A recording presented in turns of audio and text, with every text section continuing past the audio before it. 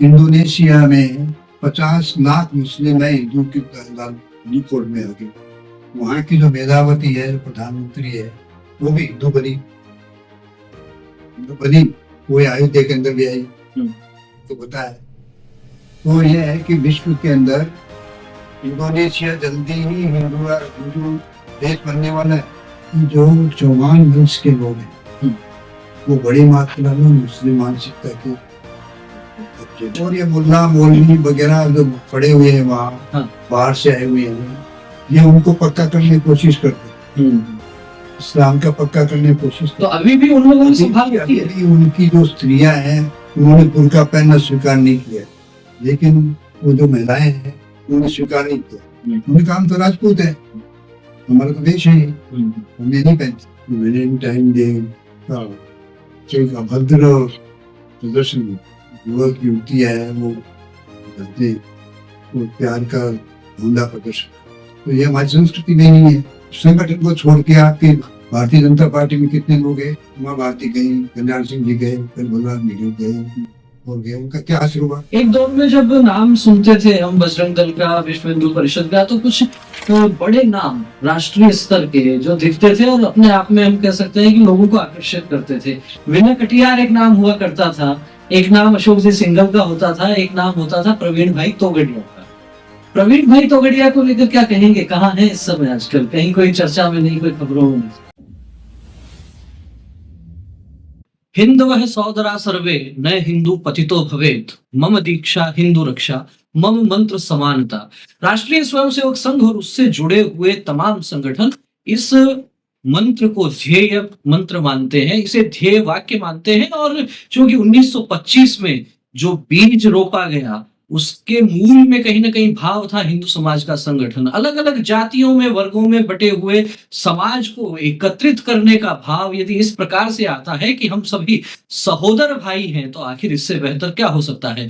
नमस्कार, मैं हूं विवेकानंद और आप देखना शुरू कर चुके हैं हमारी खास पेशकश 100 बरस संघ के 100 कहानियां संघर्षों की। ऐसी कहानियां जिनसे आज संघ बन गया है विश्व का सबसे बड़ा सामाजिक और सांस्कृतिक संगठन। और न केवल संघ, अपितु हम कहें तो संघ विचार परिवार के जिन संगठनों की बात करें, वे अपने अपने क्षेत्र में सर्वोपरि हो गए हैं। बात करते हैं धार्मिक क्षेत्र में कार्य करने वाले संगठन की, तो नाम जो है वो ध्यान में आता है विश्व हिंदू परिषद।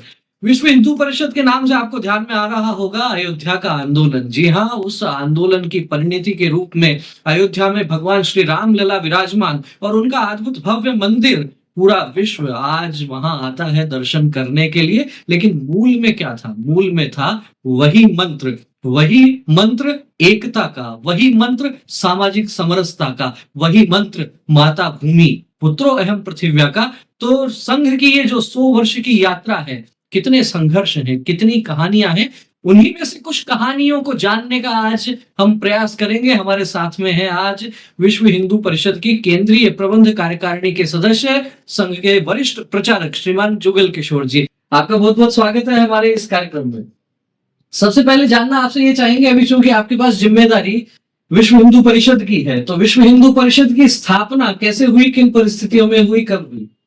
विश्व हिंदू परिषद की स्थापना जिन दिनों विश्व में हिंदुओं पर अत्याचार हो गए, उगांडा निकाल रहा था, इधर पाकिस्तान निकाल रहा था हिंदुओं को, बांग्लादेश में इसी प्रकार की स्थिति, जगह जगह हिंदुओं का अपमान, और कोई विश्व के अंदर एक हिंदू संगठन ऐसा नहीं था जो हिंदुओं के बारे में बोले। मुसलमानों का 5 संगठन था, तो सारे मुसलमानों का संगठन, स्वयं का विश्वव्यापी संगठन। इसलिए सोचा गया कि विश्व में ऐसा एक संगठन होना चाहिए जो हिंदुत्व पर आक्रमण करते हैं, हिंदू अस्मिता पर आक्रमण करते हैं, हिंदू आस्था के केंद्रों को तोड़ते हैं, हिंदुओं का अपमान करते हैं, संतों का अपमान करते हैं, इसके विरुद्ध कोई बोलने वाला हो। तब विश्व हिंदू परिषद की स्थापना श्री कृष्ण जन्माष्टमी के दिन सन 1964 में परम पुण्य श्री गुरु जी, जो संघ के द्वितीय सरसंघचालक माधव सुभाष गोलवलकर, उनके सानिध्य में भारत के 80 विद्वानों के साथ में, जिसमें शंकराचार्य जी भी थे, जिसमें मास्टर तारा सिंह भी थे, हनुमान प्रसाद जी पोद्दार भी थे, स्वामी चिन्मयानंद जी के आश्रम में मुंबई में सांदीपनि आश्रम में वहाँ पर विचार विमर्श करने के बाद में विश्व हिंदू परिषद की स्थापना हुई। जी, संदीपनी आश्रम में विश्व हिंदू परिषद की स्थापना हुई। उस समय सरसंघ चालक थे श्री गुरु जी के नाम से, जिनको जानते हैं, बड़ी दाढ़ी वाले, स्वयं भी वे सन्यासी थे और दीक्षित सन्यासी थे। स्वामी अखंडानंद जी से दीक्षित थे। हाँ, श्री गुरु जी अखंडानंद जी, जो स्वामी अखंडानंद जी जिनके शिष्य थे रामकृष्ण परमहंस के, उनके शिष्य गुरु जी थे अखंडानंद। डॉक्टर हेडगेवार जी को जब पता चला कि 1937 में वो कलकत्ता गए वहां, तो गुरु जी लेने गए उनको, लेकर के आए वापिस के, आप कहाँ चले गए, आपको तो राष्ट्र और समाज की सेवा करनी है। तो उसी समय गुरु जी, डॉक्टर साहब थोड़ा बीमार चल रहे थे, तो 1940 में डॉक्टर साहब ने अपने निधन से पहले ही गुरु जी के लिए पत्र लिखा कि मेरे जाने के बाद में माधव साहब सदाशिव गोलवल के गुरु जी के संघ के सरसंघ चालक बने। इसलिए 5 जून को गुरु जी वो डॉक्टर हेडगेवार विदा हुए 1940 में। जी, तब गुरु जी सरसंघ चालक में जिस समय विश्व हिंदू परिषद की स्थापना हुई 1964 की बात करते हैं, तो धार्मिक क्षेत्र में कई बार यूं देखने को आता है कि अलग अलग मठ हैं, अलग अलग संप्रदाय हैं, अलग अलग मत हैं, सबकी अपनी अपनी परंपराएं भी हैं। लेकिन बहुत बार ये भी देखने को आता है कि उनमें सब में अपने आप को श्रेष्ठ बताने का एक भाव रहता है। ऐसे में साधु संतों को एकत्रित करना, उनको एक जाजम पर लेकर आना, एक विचार के लिए उनको काम में लगाना आसान तो नहीं रहा। 1966 में पहला विश्व हिंदू परिषद का अखिल भारतीय सम्मेलन हुआ प्रयाग। उसमें भिन्न भिन्न संप्रदायों के, भिन्न भिन्न मठों के, चारों जगत गुरु शंकराचार्य और ऐसे जो बड़े संत थे, उन सबको बुलाया जी। और उसमें 25,000 की संख्या हुई वहां उपस्थित। और सबने एक मत से ये कहा कि जो हिंदू छोड़ करके चले गए हैं, मुसलमान में, ईसाइयों में, जो जोर जबरदस्ती से, दुष्प्रचार के कारण से चले गए हैं, उनको आह्वान करती है विश्व हिंदू परिषद कि वापिस आए, ससम्मान, हम उनका स्वागत करते हैं।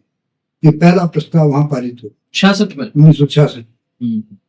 और उसके बाद विश्व हिंदू परिषद का काम चला।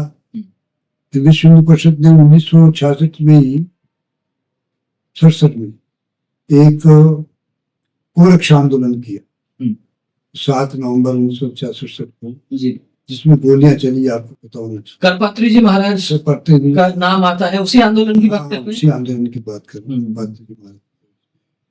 काफी बड़ी मात्रा में उसमें भी विश्व हिंदू परिषद की भूमिका थी। विश्व हिंदू परिषद के द्वारा ही था वो कार्यक्रम, गोरक्षा आंदोलन जी। और उस समय सारे देश से कई दिनों तक चला गोरक्षा। तो उसमें फिर पार्लियामेंट को घेरने का चला, तो पुलिस ने गोलियां चलाई, उसमें कई संत हताहत हुए, संत को बलिदान हुआ उसके अंदर। तब जाकर के कई राज्यों के अंदर गो हत्या विरोधी कानून बने, के कारण से बने। और फिर राजनीतिक क्षेत्र में भी कुछ परिवर्तन आए। राजनीतिक क्षेत्र में भी परिवर्तन आया, उस पर भी हम चर्चा करेंगे। लेकिन महत्वपूर्ण बात यह है कि 1964 में एक संगठन बनता है विश्व हिंदू परिषद के नाम से, और 1967 में जिस तरीके से एक बड़ा आंदोलन होता है जिसकी देश दुनिया में चर्चा होती है, और सोशल मीडिया पर आप स्वामी करपात्री जी महाराज के नाम से लिखकर कुछ सर्च करेंगे तो बहुत सी बातें आपको देखने को, सुनने को मिलेंगी। लेकिन मूल बात क्या थी? मूल बात थी हिंदुओं को संगठित करना, हिंदुओं के मान बिंदुओं की रक्षा करना, उनके प्रति स्वाभिमान का भाव जागृत करना। और भारत भूमि में तो सदियों से गाय को माता कहा गया है। जय धरती माँ, जय गौ माता, गूंज रहा है मंत्र महान, सकल सुमंगल विश्व कामना, जीव मात्र का हो कल्याण। ये मंत्र दिया गया और इस मंत्र को आधार बनाकर गौ रक्षा के क्षेत्र में भी बड़े कार्यक्रम प्रारंभ हुए उस दौर में। जानना ये चाहेंगे आपका विश्व हिंदू परिषद में जुड़ाव कब हुआ? विश्व हिंदू परिषद में पहले मैं संघ में, और मेरे पर विभाग प्रचारक रहे नगर होंगे। प्रचारक, जिला प्रचारक, विभाग प्रचारक रहा। जी। 1996 में मुझे विश्व हिंदू परिषद में भेजा। 1996 में क्या जिम्मेदारी मिली पहली बार विश्व हिंदू परिषद में? जयपुर प्रांत का संगठन मंत्री बना पड़ेगा। अच्छा, प्रांत के संगठन मंत्री बने। अब बात करेंगे एक बार प्रारंभ से आपके जीवन में जिस प्रकार से संघ का जो परिचय हुआ, वो परिचय, पहला परिचय किस प्रकार से हुआ संघ की शाखा से? संघ की शाखा से तो बचपन से जैसे खेलने के लिए जाते हैं वैसे हम गए 1955 में। 1955 में? हाँ। जी। 1946 का मेरा जन्म है, तो 1955 में मैं गया संघ की शाखा। खेलते खेलते खेलते फिर संसद बन गया। जी। और संसद बनने के बाद में फिर मेरे पे जिम्मेदारी आई। जी। मैं पहले घटनाएं बना, फिर शिक्षक बना, मुख्य शिक्षक बना, कार्यवाह बना। जी। फिर चलता गया। तो फिर मैं 1966 में संघ का प्रचारक, 1966 में प्रचारक हुए। जी। पहले तो मैं बिहार में प्रचारक रहा, क्योंकि उस समय वो झारखंड था, बिहार का ही अंग था। अच्छा। तो मैं रांची क्षेत्र में, वहाँ सिमडेगा है, कुट्टी है, जुमला है, इनमें तहसील प्रचारक रहा। अच्छा। और फिर मैंने 1968 में तृतीय वर्ष से किया राजस्थान। फिर राजस्थान में प्रचारक रहा। जी। नगर प्रचारक रहा, पहले भरतपुर का, फिर जिला प्रचारक रहा, धौलपुर भरतपुर दोनों का जिला प्रचारक रहा, फिर विभाग प्रचारक रहा, फिर विभाग प्रचारक रहा जी। और विभाग प्रचारक रहते रहते फिर ज्ञान का प्रकाशन का काम देखा। अच्छा। फिर मुझे विश्व हिंदू परिषद में 1996 तो ये जो जीवन व्रत एक प्रकार से अभी बताया गया आपके समक्ष, हम समझ सकते हैं 1946 में आपका जन्म हुआ, तो लगभग 80 वर्ष की आयु है अभी, और लगभग 9 वर्ष की आयु में संघ से पहला परिचय शाखा के माध्यम से आपका हो गया। तो दर्शकों के लिए ये खास बात है कि जो संघ आप 100 वर्ष का देख रहे हैं, उस 100 वर्ष के संघ में आज हम जिनसे चर्चा कर रहे हैं विश्व हिंदू परिषद में वरिष्ठ प्रचारक श्रीमान जुगल किशोर जी 71 वर्ष से इस विचार परिवार के साथ जुड़े हैं, इस साधना के साथ जुड़े हुए हैं पिछले 71 वर्षों से। आपने कहा कि आप प्रचारक जो है वो निकले तो बिहार गए, आपका मूल स्थान कौन सा रहा? लोसल, सीकर जिले में लोसल। वो मेरे बड़े भाई साहब शादी थी इसलिए गया था। अच्छा, तो वहां से पढ़ाई लिखाई में आपकी सीकर के आसपास ही हुई होगी? सीकर कॉलेज में रही मैं। एसके कॉलेज में पढ़ना हुआ? फिर उसके बाद में फिर मैंने होम्योपैथी में डॉक्टरी। अच्छा। लेकिन संघ वालों ने कहा कि तुमको डॉक्टरी करनी है या संघ का प्रचारक का काम करना है। इसलिए डॉक्टरी को छोड़ा और संघ का सर का काम करना। जी। तो फिर बिहार कैसे पहुंचना हो गया? बिहार तो वो मेरे बड़े भाई साहब की शादी थी ना रांची में, इसलिए गया था। अच्छा। वहाँ के जिला प्रचारक बनेंगे, तुमको काम करना है संघ का, तुम यही काम करो ना। अच्छा, इसलिए जो है वो वहाँ फिर आप प्रचारक निकले। तो बिहार में कितने समय रहना हुआ प्रचारक के? बिहार में मेरा रहना हुआ सन 1965 से लेकर के 68। 65 से 68, लगभग 3 वर्ष वहां भी काम किया। 2.5 वर्ष। ऐसे कहा जाता है अलग अलग जो क्षेत्र हैं उनकी अलग अलग विशेषताएं भी होती हैं। मेरे सामने एक प्रस्ताव भी आया वहाँ भारतीय जनसंघ का। अच्छा। धनबाद जिले का मैंने कहा कि मेरी रुचि तो संघ की शाखा में है, इसमें संघ का काम करूँ। ये तो जनसंघ है, तो उस समय में बन जाता। तो आज बता नहीं मैं राजनीति में क्या हो। इस तरह के बहुत से उदाहरण आपको देखने को मिलेंगे कि संघ के कार्यकर्ता हैं, प्रचारक हैं, राजनीतिक क्षेत्र से चाहे प्रस्ताव आए हो, लेकिन जिस काम पे संगठन ने लगा दिया, जिस काम पे संघ ने लगा दिया, अहर्निश उसी काम में, उसी लक्ष्य की ओर लगे रहे, चाहे अभाव रहे हो, चाहे प्रभाव रहे हो, लेकिन खुद का भाव जो है वो केवल और केवल संघ के कार्य के लिए ही लगा रहा। जी। तो फिर जब राजस्थान में आना हो गया, अलग अलग स्थानों पर आप प्रचारक रहे, उसके बाद आपने कहा ज्ञान गंगा का भी काम आपने किया। कौन से संघ की बात होगी? ज्ञान गंगा। ज्ञान गंगा प्रकाशन जब मैं विभाग प्रचारक होकर आया जी, तो ज्ञान गंगा प्रकाशन का काम मेरे पास में अतिरिक्त था। अच्छा। और विभाग प्रचारक अलग था। दोनों का रहा कार्य। जी। एक अनुभव बताता हूँ जी। तो उस समय राम जन्मभूमि का आंदोलन चल रहा था। तो यहाँ जयपुर में उस समय 4 दिसंबर 1900 और ये समझिए कि 91 92 की 92 हाँ 92 की बात है। 92 में आंदोलन चल रहा था, लोग गए थे, हम्म, वहां से संदेश आया हम्म, कि अब कार चौकों को नहीं भेजना है, हम्म, क्योंकि पैर रखने की जगह नहीं आई है हाँ और अव्यवस्थाएं हो रही है, जी इसलिए अब बंद कर दीजिए भेज, सारे देश में सूचना दी।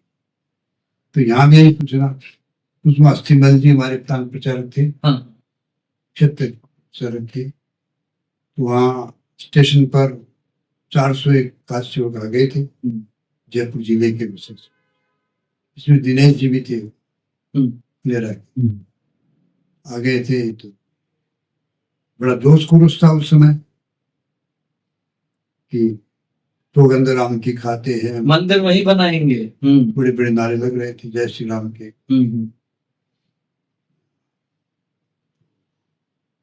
अस्थिमल जी ने मेरे से कहा कि सबको इकट्ठा करो, इकट्ठा किया सीटी बजा कर, उनका इनको कहा कि नहीं जाना है, संदेश आ गया वहां से, वहां नहीं जाना, जगह नहीं है वहां कोई। मैंने कहा ये सूचना तो आप ही दीजिए ना, नहीं आपको देनी, ठीक है। मैंने सूचना दी सब, उन्होंने सबके बेचारे उतर गए, लेकिन कुछ जो कार्यकर्ता थे खड़े हो गए कि हम तो सर पर खपन बांध के आए हैं, हम तो वहीं जाएंगे, कौन सा मुंह लेकर के जाए, गांव में कौन सा मुंह दिखाए। ये तो कहा है कि सुगंध राम की खाते हैं, मंदिर वहीं बनाएंगे, अयोध्या जा रहे हैं, और हम गांव में प्रवेश भी कैसे करें, हम गांव में प्रवेश नहीं कर सकते, घरों में नहीं जा सकते, अब तो वहीं जाएंगे, चाहे मर जाए चाहे जिंदगी हो, कुछ भी हो, हम तो वहीं जाएंगे। और जय श्री राम के नारे लगाए 2 वर्ष। फिर गए वो लोग। मैंने अस्थिमल जी से कहा, मैंने कहा आप समझा दीजिए इनको, मैंने तो बात रख दी है इनके सामने, दृश्य देख रहे हो आप। तो अस्थिमल जी ने कहा कि इनको भगवान भी नहीं समझा सकता, इनको भगवान भी नहीं समझा सकता। मैंने कहा फिर जाने दो, फिर जाओ, फिर तो फिर वो जोर जोर से नारे लगाए, तो फिर वो सब गए। इस संस्मरण से समझा जा सकता है कि उस दौर में राम मंदिर आंदोलन चल रहा था, कार सेवा के लिए कार्यकर्ताओं में कितना उत्साह रहा होगा। इतना उत्साह था कि संगठन की ओर से मना करने के बाद भी वे रुके नहीं, और जो नारा आप सब लोगों ने भी उस दौर में सुना होगा, बच्चा बच्चा राम का, जन्मभूमि के काम का, सौगंध राम की खाते हैं, हम मंदिर वहीं बनाएंगे। ये इस बात को लेकर ये जो नारा है, ये राजनीतिक क्षेत्र में भी बहुत बार विवाद का कारण बना है कि सौगंध राम की खाते हैं, मंदिर नहीं बनाएंगे। विपक्षी पार्टियां अक्सर कहती रही कि मंदिर वहीं बनाएंगे पर तारीख नहीं बताएंगे। अब जब तारीख भी बता दी, मंदिर भी बन गया, प्राण प्रतिष्ठा भी हो गई, कैसा मन को कैसा सुकून मिलता है, क्या भाव है मन के? मन के भाव तो यह है कि हमारे जीवन की सार्थकता, हम जिस लक्ष्य को लेकर चले थे, लक्ष्य हमारा पूरा हो, बहुत बड़ी प्रसन्नता हुई। कई लोग तो नाचने लगे उस जी, जगह जगह हर्षोल्लास बना, कई जगह वो स्नेह सम्मेलन की, लोगों ने मिठाइयां बांटी, उस सारे देश बड़ा हर्षित हो गया। यहाँ भी जयपुर में भी वो पटाखे हुए, आतिशबाजी हुई, आप तो आप जानते हैं, सारा देश प्रसन्न हो गया उससे। कार सेवा में आपका भी अयोध्या जाना हुआ? मेरा भी जाना, कार सेवा में तो नहीं हुआ, कार सेवा में तो उनको मना कर दिया था, मना कर दिया कि कार सेवकों को भेजना है आपको।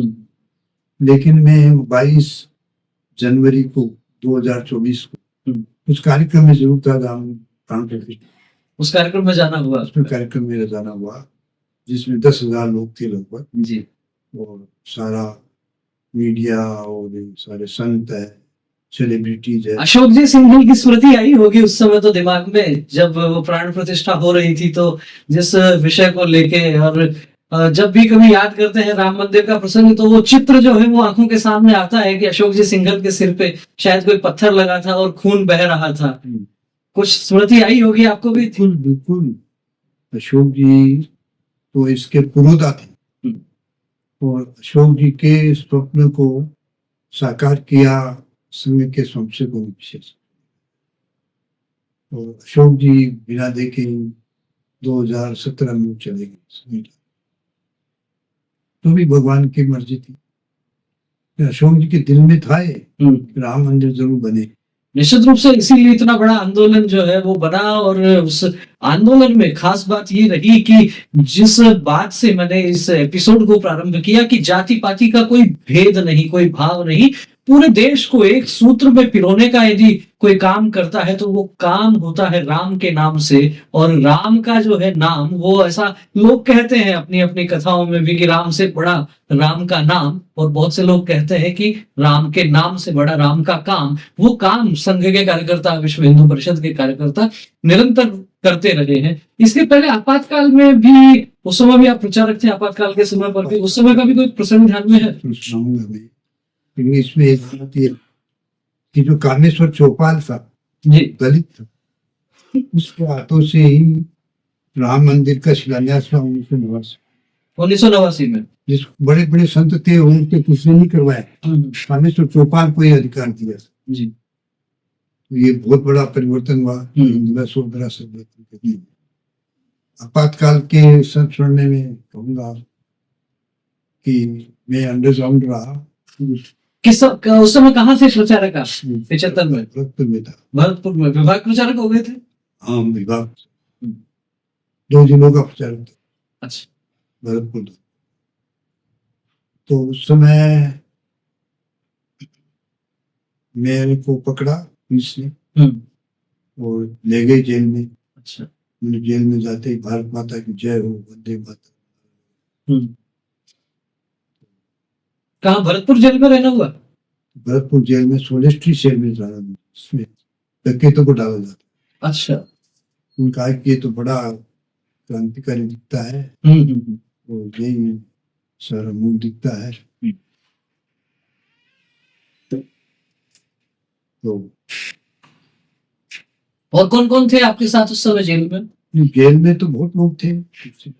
शायद मेरे को जहां तक ध्यान आ रहा है, आपातकाल में भरतपुर की जेल में ही आचार्य गिरिराज किशोर जी भी वहीं रहे। आचार्य गिरिराज किशोर जी वहीं रहे। पंडित रामकृष्ण जो समाजवादी पार्टी के नेता थे वो वहीं रहे। मास्टर आदित्येंद्र जी उस समय तो भारतीय जनसंघ के कई नेता रहे जो भरतपुर के थे। जी, भरतपुर के नेता रहे। मेरा फिर सत्याग्रह शुरू हुआ 14 नवंबर से। तो उसमें संघ के पंचों सत्याग्रह किया। सत्याग्रह करके सत्याग्रही आए जेल में, मेरी बड़ी भारी मात्रा में आई। सत्याग्रह के लिए जो हम लोग प्रेरक बना भी दिया, पढ़ाई का विषय भी था जिससे पढ़ते भी रहे, डिस्टर्ब भी नहीं हुए। कितने समय रहना होगा जेल में आपका? 1.5 वर्ष में। 1.5 वर्ष रहे।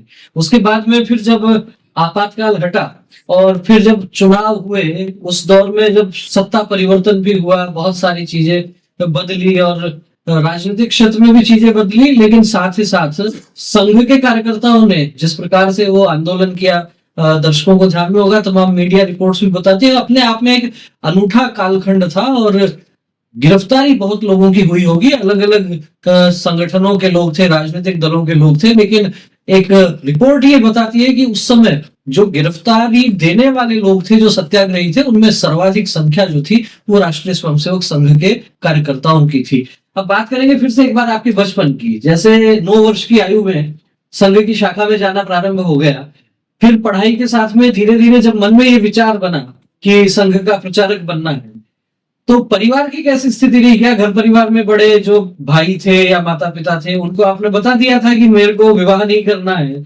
संघ का ही काम करना? बता दिया था मैंने। मेरे पिताजी को समझाने के लिए 1 महीना लगा। अच्छा। फिर उन्होंने अंत में ये कहा कि भाई तेरे बड़े भाई साहब से पूछ। बड़े भाई कहते हैं चलो। उनकी ओर से तो अनुमति थी। हाँ। बड़े भाई साहब ने कहा तुम्हारी इच्छा है तो काम कर। अच्छा। और गया मैं पिछले वर्ष में। हाँ। चार के नाते फिर मेरे तिलक लगाया, माता जी ने आरती उतारी। अच्छा। मतलब ये नहीं कोई दुख हुआ, माता जी ने आरती उतारी। बड़े भाई साहब मुझे पहुंचाने गए स्टेशन। इस प्रकार से एक आनंद का माहौल से आनंद का तृतीय वर्ष कौन से सन में किया आपने? 68 1968 में। उसके बाद भी अनेक संघ शिक्षा वर्गों में आपका जाना आना रहा होगा, शिक्षक के नाते गए होंगे, और जब प्रचारक है तो हर वर्ष ही जाना रहा होगा। हर वर्ष जाना हुआ। 2 बार मैं वहाँ नागपुर भी गया। 60 के दशक में जब आपने वर्ग किया, तृतीय वर्ष किया, उस समय और बाद के वर्गों में क्या कोई अंतर आपको महसूस होने लगा? कुछ शारीरिक में अंतर हुआ। तो शारीरिक तो ऐसा है कि जो संघ की कार्य पद्धति है उसमें कार्य पद्धति में तो कभी भी परिवर्तन हो सकता है। तो संघ की जो विचारधारा उससे परिवर्तन नहीं हो सकता। विचारधारा जैसे हिंदुत्व ही राष्ट्रीयत्व है जी, इसको हमने कभी नहीं, वो हमारा सिद्धांत।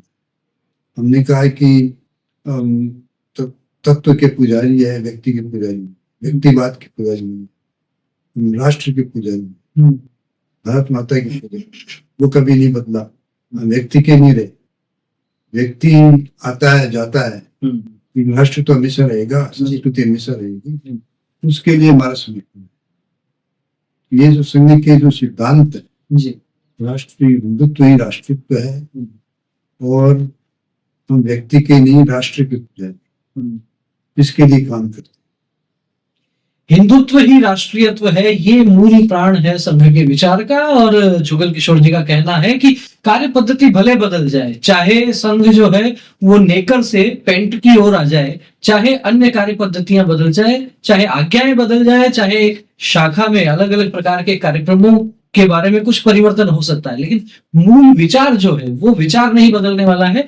उस विचार तक पहुंचने के लिए फिर रास्ते इधर उधर कई सारे हो सकते हैं। और जैसा विचार के बारे में भी बहुत से लोग कहते हैं, एकम सद बहुधा विप्रा वदंती, ठीक उसी प्रकार से रास्ते अलग अलग हो सकते हैं, लेकिन मूल काम जो है वो एक ही रहने वाला है। जिस दौर में आप सक्रिय थे और विभाग प्रचारक रहे, अन्य भी बहुत सी जिम्मेदारियां रही, उस दौर में कहीं ऐसा राजनीतिक प्रभाव देखने को नहीं मिलता था, क्योंकि 1975 में जब आपातकाल लगा उसके पहले तो जनसंघ का बहुत बड़ा व्याप भी नहीं था, न कोई सरकारें थी इतनी अधिक। उसके बाद में जिस तरीके से, और खासतौर पर हम कहें 90 के दशक के बाद में अलग अलग प्रांतों में सरकारें बनने लगी भारतीय जनता पार्टी की, क्या लगता है इसके बाद में भी कुछ संघ के कार्य में कुछ परिवर्तन आपको देखने को लगा कुछ ऐसा? देखिए, संघ के सिद्धांतों में तो कोई परिवर्तन नहीं। हम हिंदू राष्ट्र को मानते हैं जी, हिंदुत्व ही राष्ट्रीय को मानते हैं, और व्यक्ति के नहीं राष्ट्र के पुजारी। इसमें आज तक कोई परिवर्तन नहीं आया। चाहे आपातकाल हो, चाहे कोई भी हो, सन 1925 से लेकर अब तक कोई परिवर्तन नहीं है। कार्य पद्धति में बदल उतार हो सकता है, कभी लेकर से कहीं हो गया, हाँ वो तो सामान्य बात है। भाई चमड़े का उपयोग नहीं करके हम कपड़े का। बहुत से स्वयंसेवकों में एक भ्रम की स्थिति होती है। विश्व हिंदू परिषद की जब हम बात करते हैं तो सीधे सीधे बात होती है हिंदू समाज के संगठन की बात, हिंदू समाज के हितों की बात। वहीं दूसरी तरफ संघ के वरिष्ठ प्रचारक इंद्रेश कुमार जी एक संगठन तैयार करते हैं, राष्ट्रीय मुस्लिम मंच, और फिर उसको लेकर बहुत सारी बातें भी होती हैं। पिछले दिनों सरसंघ चालक जी के भी कई बयान इस प्रकार के आए जिसमें उन्होंने कहा कि हम सबका डीएनए एक ही है, मुस्लिम कोई अलग नहीं है हमारे से। जब इस प्रकार के बयान आते हैं, या राष्ट्रीय मुस्लिम मंच की बात होती है, या फिर आनुषंगिक संगठनों में, खासतौर पर हम तो बात करें भारतीय जनता पार्टी की, उसमें एक अलग से अल्पसंख्यक मोर्चा खोल दिया जाता है, तो विश्व हिंदू परिषद के कार्यकर्ताओं की क्या स्थिति रहती है? आपके पास भी ऐसे बहुत से प्रश्न आए होंगे कार्यकर्ताओं की ओर से? नहीं, संघ के कार्यकर्ताओं का भी विचार है। विश्व हिंदू परिषद ने स्वयं भी घर वापसी की है। लगभग 10 लाख लोगों को हम घर वापसी करके पोल में लाए, और हमने 70,000 लोगों को धर्मांतरण से रोका है। ये हम भी करते हैं जी, हम भी मुसलमानों के बीच में जाते हैं, मुसलमान के बीच में जाते हैं, तभी तो होगा ना। ये होगा कैसे? उनके जो महफूज रहे वो हमारे पास महफूज रहे। वो तो 99% जो है ये कन्वर्टेड है। तो इसलिए उनकी भावनाओं को जागृत करना कि भाई आप तो हिंदू ही थे, कहाँ मुस्लिम थे आप तो हिंदू ही थे। और आज लगभग 25% 20% हिंदुत्व की परंपराएं मानते हैं। मानते हैं। आप देखिए, महाराष्ट्र में गणेश की पूजा करते हैं, कहीं जी, गणेश को मानते हैं, कई जगह यहाँ राजस्थान में भी गोगा जी को मानते हैं, मुस्लिम भी आते हैं उसके अंदर, जहर पीर बोलते हैं। तेजा जी को मानते हैं। जी। ऐसे जो लोक देवता है उनकी पूजा करते हैं, उनको मानते हैं। आप बता रहे इतनी बड़ी संख्या में जो है वो घर वापसी के भी काम हुए, बहुत लोगों को रोका भी गया, लेकिन फिर भी यदि हम जनसंख्या के कुछ आंकड़ों की बात करते हैं तो देखने को आता है कि जिस तरीके से मुस्लिम जनसंख्या बढ़ रही है लगातार, लव जिहाद के मामले आते हैं, धर्मांतरण के मामले आते हैं, बहुत सी सरकारें इस पर कानून भी बनाती हैं। इतने काम होने के बाद भी क्या लगता है, प्रभाव जो दिखता है, क्या आप उससे संतुष्ट हैं? प्रभाव से संतुष्ट तो नहीं, प्रभाव तो हो रहा है ना, प्रभाव तो निश्चित हो रहा है जी। घर वापसी हो रही है। इंडोनेशिया में 50 लाख मुस्लिम है हिंदू फोर्ट में आ गई। वहां की जो मेधावती है, जो प्रधानमंत्री है, वो भी हिंदू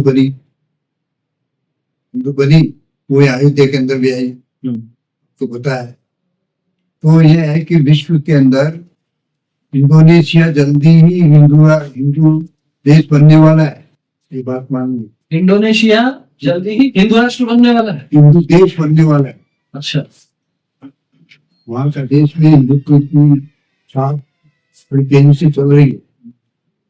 ये वो मानते हैं हम्म। कि हमारे पूर्वज हिंदू थे जी। आज भी रामलीलाएं वहां होती है।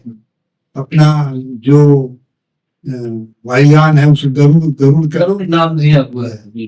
गरुड़ क्या है, गरुड़ तो हिंदुत्व का ही सारा खेल। तो ये है कि मैं समझता हूँ कि इस्लाम ज्यादा वर्ष देश विश्व में चलने वाला नहीं है। अच्छा। आज भी लाखों लोग एक्स मुस्लिम जिसको कहते हैं वो अपने घोषित नहीं करते, लेकिन इस्लाम छोड़ दिया उनको। अच्छा। कोई भी बुद्धिजीवी है जिसका दिमाग है थोड़ा सा भी, वो इस्लाम ग्रहण नहीं करेगा, क्योंकि इस्लाम में, कुरान में ऐसी आयतें हैं जिनको मैं बोल नहीं सकता। उनमें ऐसी आयतें हैं कि जो काफिर है उनको इतना मारो, तौबा कर जाए वो जब तक इस्लाम ग्रहण नहीं करे तब तक उसको मारो, वो इस्लाम ग्रहण कर ले तो छोड़ दो उसको। ऐसी प्रकार की आयतें हैं। सुप्रीम कोर्ट पे कुछ नहीं बोलता। अभी सुप्रीम कोर्ट के सीजीआई ने कहा कोणार्क में एक विष्णु की मूर्ति थी, खंडित हो गई, कहा कि इसको हम ठीक कर दे। ये केस लेकर गया था याचिका, उसमें कहा कि आप विष्णु भगवान से पूछो, उनसे वो कुछ सहायता कर सकती है। हिंदू धर्म का मजाक उड़ाया उन्होंने सीजीआई ने। तो एक वकील ने जूता फेंका, अभी आपने देखा होगा, जूता फेंका उसके ऊपर। अब उस वकील की चर्चा हो रही है, वकील का नाम हो गया उसका। लेकिन ये तो ठीक है कि ये जूता नहीं फेंकना चाहिए, अपमान है सुप्रीम कोर्ट का, सीजीआई का। सीजीआई को भी क्या करना चाहिए, ये भी सोचना चाहिए ना। कितना बड़ा सीजीआई है, वो हिंदू धर्म की मजाक करेगा क्या? मजाक करोगे तो फिर इस प्रकार का कांड होना कोई अप्रत्याशित नहीं है। इस चर्चा में बहुत महत्वपूर्ण चीजें निकल कर आई हैं। विश्व हिंदू परिषद के वरिष्ठ प्रचारक जुगल किशोर जी का दावा है कि आने वाले कुछ वर्षों में इंडोनेशिया की पहचान बदलने वाली है। इंडोनेशिया हिंदू देश के रूप में जाना जाएगा। बड़ी बात इस चर्चा में आ गई है। साथ ही साथ चीफ जस्टिस ऑफ इंडिया, उनके अधिकारों की बात होती है, लेकिन कर्तव्यों की भी बात समाज के वरिष्ठ जन बताते हैं, और उसी प्रकार की बात अभी जुगल किशोर जी के माध्यम से हमने सुनी। राजस्थान में भी जो है वो घर वापसी को लेकर बहुत से काम हुए, बहुत सी योजनाएं हुई। ब्यावर परियोजना जो है उसकी काफी चर्चा होती है। क्या लगता है कितना कुछ उससे लाभ रहा? ब्यावर परियोजना में 5 वर्ष रहूं। अच्छा, क्या थी परियोजना? एक बार थोड़ा दर्शकों के लिए विस्तार से वो स्पष्ट हो जाए। देखिए, परियोजना ये थी कि जो चौहान वंश के लोग हैं वो बड़ी मात्रा में मुस्लिम मानसिकता के कब्जे में, उनमें से आधे लोग हैं, आधे से ज्यादा जी हिंदू पद्धति आज भी मानते हैं। कई लोग निकाह भी करते हैं तो फेरे भी करते हैं, दोनों करते हैं। और आशापुरा माता को मानते हैं। आशापुरा माता उनकी, आशापुरा माता कुलदेवी। इसी को लेकर के हमने वो अभियान चलाया, बड़े बड़े सम्मेलन किए जी। महाराज गजराज सिंह जी को बुलाया।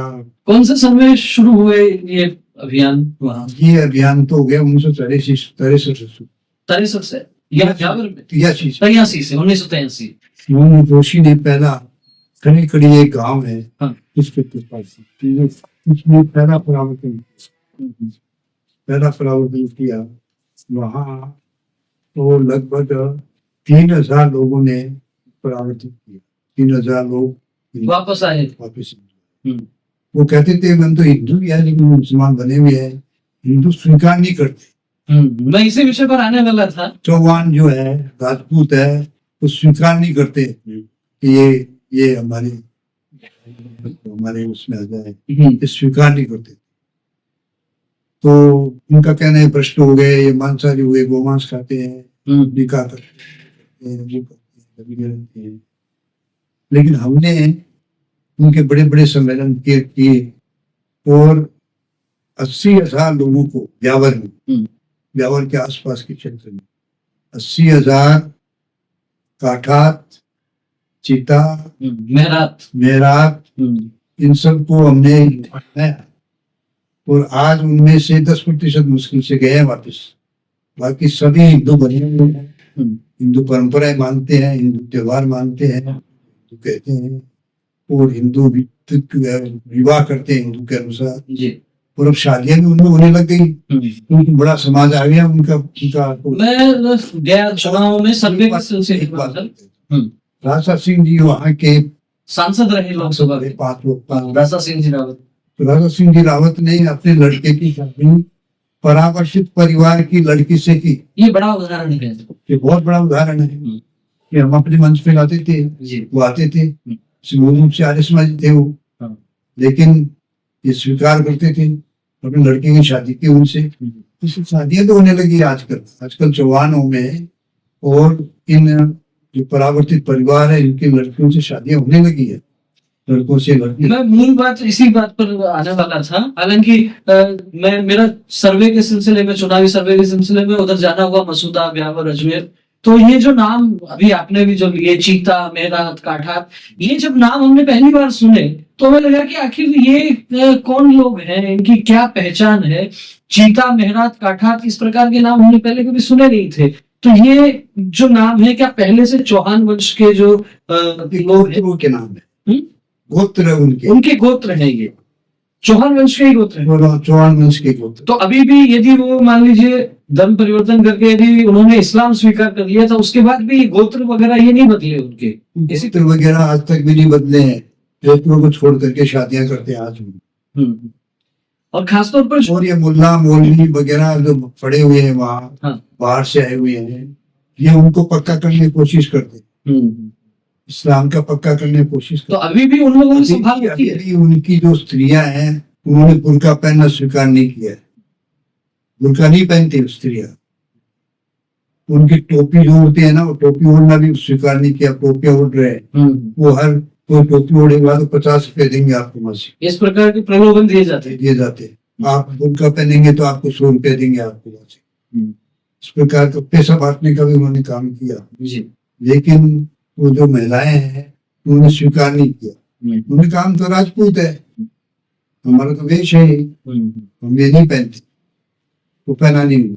आपने राजा सिंह जी रावत का उदाहरण दिया अभी, खासतौर पर उस क्षेत्र में जब चर्चा होती है कार्यकर्ताओं से, तो ये बात बहुत बार निकल कर आती है कि बड़ी संख्या में घर वापसी तो हुई, लेकिन जो घर वापसी हुई उन लोगों का रोटी बेटी का जो संबंध है उसमें तकलीफें बहुत आई हैं। तो क्या उसको लेके अभी भी कुछ सार संभाल होती है? कुछ उदाहरण जैसे राजा सिंह जी का आपने बताया, ऐसे कुछ गिने चुने उदाहरण तो हो सकते हैं, लेकिन क्या सहज व्यवहार? अभी हमें वो सामूहिक विवाह का आयोजन करते हैं। अच्छा। उसमें कुछ चौहानों के लोग भी आते हैं, ऐसा चला रहे हैं अभियान कि पूरा समाज समरस हो जाए, पूरा समाज समरस हो जी। तो वो बहुत सा समाज तो समरस हो गया, लेकिन बहुत सा समाज बाकी है करने का, क्योंकि चौहान अभी स्वीकार करने को तैयार नहीं है। बहुत से चौहान स्वीकार करने को तैयार हो। ये क्रम चल रहा है, इसमें हमारा अभियान भी चल रहा है, हमारे पूर्णकालीन कार्यकर्ता लगे हुए हैं वहाँ। आशापुरा माता का बड़ा विशाल मंदिर वहाँ बना हुआ है ब्यावर में, तो इस प्रकार का हम काम कर रहे हैं। अभी परियोजना जारी है, अभी परियोजना बंद थोड़ी हुई है, परियोजना जारी है, परिवर्तन होता रहता है। और इनका सुदृढ़ीकरण दृढ़ीकरण इनका चलता रहता है। इस परियोजना के साथ ही मैं बात आपसे ये भी करना चाहूंगा कि जिस तरीके से जम्मू कश्मीर की हम बात करते हैं, वहां जिस तरीके से डेमोग्राफिक चेंजेस हुए, जनसंख्या का असंतुलन हुआ, एक दौर में कश्मीरी पंडित थे वहां, बहुत बड़ी संख्या में थे, धर्म परिवर्तन हुआ, इस्लाम उन्होंने स्वीकार किया, और उसके बाद में जब 90 के दशक में जो कुछ हुआ सारी दुनिया ने देखा है। वहां के लिए भी ये कहा जाता है कि वहां भी प्रयास तो हुए थे कि घर वापसी की जाए उन लोगों की, लेकिन क्या इसी प्रकार की समस्याएं वहां भी आ रही थी कि जब घर वापसी हुई तो रोटी बेटी का संबंध नहीं हुआ, अपने आप में वो फिर अलगाववादी विचार वहां फैलने लगा? देखिए वहां क्या है कि गुर्जर है, हम्म। गुर्जर अभी अपनी परंपराओं को मानते हैं, लेकिन जो हिंदू गुर्जर है उन्होंने स्वीकार नहीं किया। गुर्जर आने को तैयार थे, लेकिन हिंदू गुर्जरों ने स्वीकार नहीं किया। आज भी प्रयत्न चल रहे हैं, आज भी कुछ न कुछ वहाँ धर्म परिवर्तन यानी परावर्तन होता है, जिसमें घर वापसी होती है। पर हमको विश्वास है कि जैसे ही आतंकवादियों का प्रभाव समाप्त होगा तो यहाँ घर वापसी होगी। आतंकवादियों का प्रभाव अभी कायम है, ऐसा मत समझिए कि आतंकवादियों का प्रभाव खत्म हो गया है, कम हुआ है, कम हुआ है। आतंकवादी पत्थरबाजी की उतनी घटनाएं देखने को नहीं मिलती। पत्थरबाजी तो क्योंकि पुलिस है, सेना है, उनको सबको पुलिस से या उसकी सुरक्षा से भय के कारण से वो भी नहीं कर रहे। लेकिन परिवर्तन तो राजनीतिक भी हुआ है, बहुत बड़ी मात्रा में मतदान भी हुआ है, धीरे धीरे परिवर्तन आ रहा है। ये परिवर्तन आने में समय लगेगा। कश्मीर में भी परिवर्तन होता दिखता है आपको आने वाले कुछ वर्षों में? आने वाले समय में जरूर परिवर्तन होगा। अब बात करेंगे विश्व हिंदू परिषद के साथ में एक संगठन का नाम और जुड़ता है, बजरंग दल। चाहेंगे कि बजरंग दल के बारे में भी एक बार स्पष्टता ये हो जाए, क्या अलग से संगठन है या विश्व हिंदू परिषद का ही हरावल दस्ता है? विश्व हिंदू परिषद का हरावल दस्ता है, युवा शाखा। विश्व हिंदू परिषद से कुछ भिन्न नहीं है। विश्व हिंदू परिषद ही बजरंग दल के अंदर, जो बजरंग दल का राष्ट्रीय संयोजक है, प्रांत संयोजक है, बजरंग दल की इकाई तय करती है। बजरंग दल का हरावल दस्ता है, जिसके 50 लाख गोवंश को बजरंग दल ने बचाया, विश्व हिंदू परिषद ने बचाया। वो ऐसे ही लगभग 50,000 लव जिहाद में जो लड़कियां फंस गई थी, उसमें विश्व हिंदू परिषद का धर्म प्रसार और ये बजरंग दल सबने मिलकर के किया। अब इसमें धर्म जागरण भी जुड़ गया है, जो संघ का एक है। मेरी सामान्य कुछ लोगों से बात होती है, युवाओं से बात होती है, कॉलेज में पढ़ने वाले जो है विद्यार्थी, उनसे बात होती है, और जब मैं उनसे बात करता हूँ, पूछता हूँ कि बजरंग दल के बारे में क्या जानते हो, तो वो अक्सर ये कहते हैं कि बजरंग दल का अर्थ होता है वैलेंटाइन डे के दिन पार्कों में एक लाठी लेके घूमने वाले लोग। ये जो एक पहचान बन गई, इसके बारे में क्या कहना चाहेंगे? ऐसा है कि वैलेंटाइन डे का एक अभद्र प्रदर्शन युवक युवती है वो करते, वो प्यार का भूंडा प्रदर्शन, तो ये हमारी संस्कृति में नहीं है। हमारी संस्कृति में अश्लीलता कहीं नहीं है, तो हमने इसका विरोध किया। तो अब बहुत कम हो गया, पहले ज्यादा था, अब तो बहुत कम हो गया, क्योंकि बजरंग दल से डर लगता है उनको। तो ये जो डर है बजरंग दल का, इसको ठीक मानते हैं आप? बिल्कुल, बजरंग दल का भय होना चाहिए। बजरंग दल का जो दुष्ट शक्ति है उसमें भय होना चाहिए। जो अराजकता करते हैं, अश्लीलता करते हैं, उनको डर और भय होना चाहिए बजरंग दल के माध्यम से, तभी ठीक होगा। भय बिना हो न प्रीति, यहाँ तो कहा है बिना भय के प्रीति नहीं होती है। तो अब देश में कम हो गया है, धीरे धीरे लव जिहाद भी कम होता जा रहा है। लव जिहाद अभी भी चल रहा है, लव जिहाद कम होता जा रहा है। इसी कारण से है कि बजरंग दल एक शक्ति है जी, और संघ की शक्ति है धर्म जागरण, धर्म प्रसार, बजरंग दल हरावल दस्ता है। एक दौर में जब नाम सुनते थे हम बजरंग दल का, विश्व हिंदू परिषद का, तो कुछ बड़े नाम राष्ट्रीय स्तर के जो दिखते थे और अपने आप में हम कह सकते हैं कि लोगों को आकर्षित करते थे। विनय कटियार एक नाम हुआ करता था, एक नाम अशोक जी सिंघल का होता था, एक नाम होता था प्रवीण भाई तोगड़िया का। प्रवीण भाई तोगड़िया को लेकर क्या कहेंगे, कहाँ है इस समय आजकल? कहीं कोई चर्चा में नहीं, कोई खबरों में नहीं।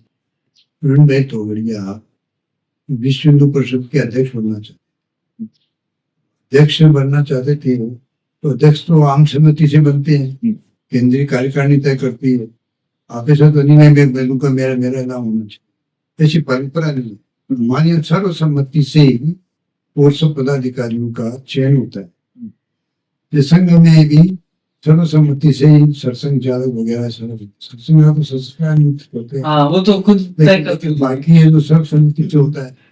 आज तक बता दीजिए 1925 से लेकर के आज 2025 में कभी संघ में विवाद हुआ? कभी नहीं हुआ। कभी नहीं हुआ ना। इस बात के लिए विरोधी भी ये कहते हैं कि आखिर ऐसा कैसा संगठन है जहाँ विवाद नहीं हुआ आज तक। परिषद में कहीं विवाद नहीं हुआ है, उन्होंने मैं तो विवाद शुरू किया, विवाद वो छोड़ दिया, उन्होंने विवाद खत्म हो गया। प्रवीण भाई तोगड़िया ने विवाद किया अध्यक्ष बनने के लिए, अध्यक्ष ने विवाद किया तो वो छोड़ के चले गए, अध्यक्ष उनको नहीं बनाया जी, तो वो छोड़ के चले। उन्होंने सुना है कि कुछ कोई नया संगठन बना लिया है हिंदुओं के। अब बनाया होगा लेकिन अब उनका कोई अस्तित्व नहीं है, कोई नाम नहीं है, पर कोई। एक दौर में प्रवीण भाई के मानने की आज प्रवीण भाई जयपुर में आती है, जी, कितने लोग इकट्ठे होंगे यहाँ, क्या कार्यक्रम होगा? कार्यक्रम करने वाले कौन है? संगठन चाहिए उसके, संगठन तो खत्म हो गया उनका, वो अकेले घूमते रहो। देखिए क्या है कि संघ की परंपरा है कि संगठन प्रमुख है, संगठन से भी राष्ट्र प्रमुख है। संगठन को छोड़ के आपके भारतीय जनता पार्टी में कितने लोग हैं?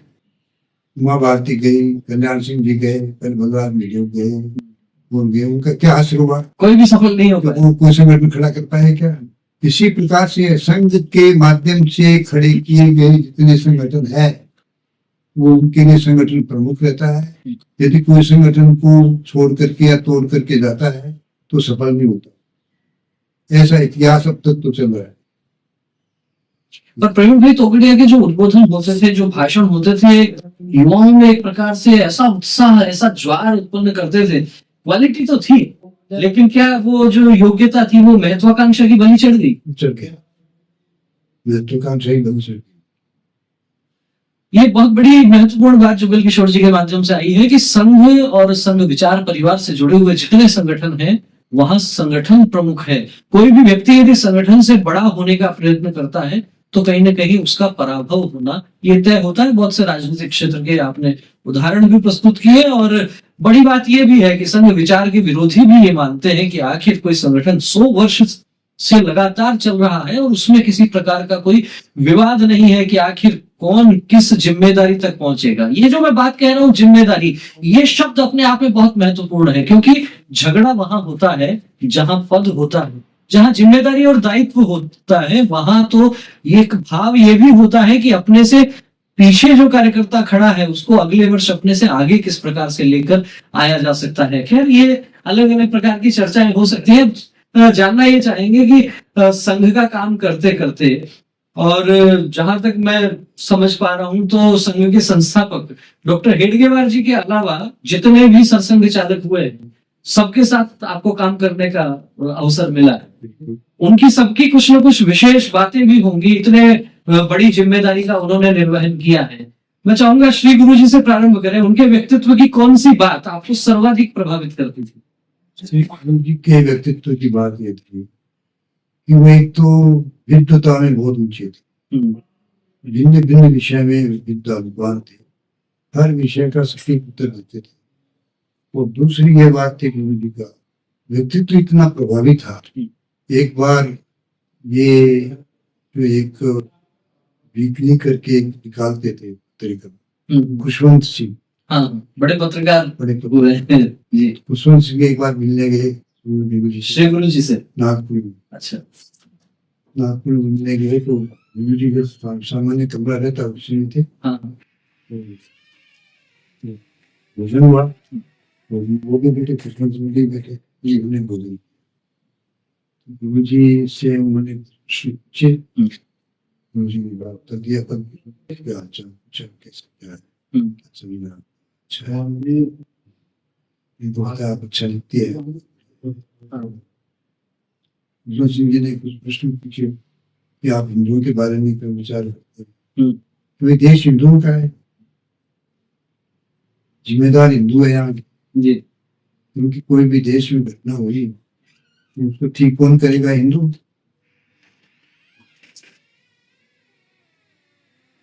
तो उन्होंने लिखा फिल्म थी मिलने के बाद, हाँ, मुझे ऐसा लगा जैसे होचीमिन अच्छा, होचीमिन एक ये थे ना,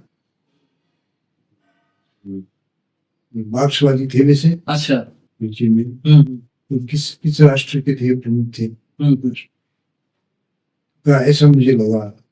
मुझे गुरु जी से मिलकर के इतनी प्रसन्नता हुई कि कहीं मुझे कोई सांप्रदायिक कट्टरवाद या कोई इस प्रकार का कुछ भी नहीं हो। तो उनकी विद्वता से, गुरु जी की विद्वता से आप भी प्रभावित हुए। फिर बाद में बाला साहब देवरस आए, उनके कौन से, उनके व्यक्तित्व की बात आप। बाला साहब देवरस का व्यक्तित्व ऐसा था, बाला साहब किसी बात को विस्तार से अच्छा, वो इतना विस्तार समझा कि वो गले उतर जाते थे सब। तो बाला साहब जो थे सहज सुलभ थे। वो बाला साहब के उत्तर भी बड़े जोरदार थे।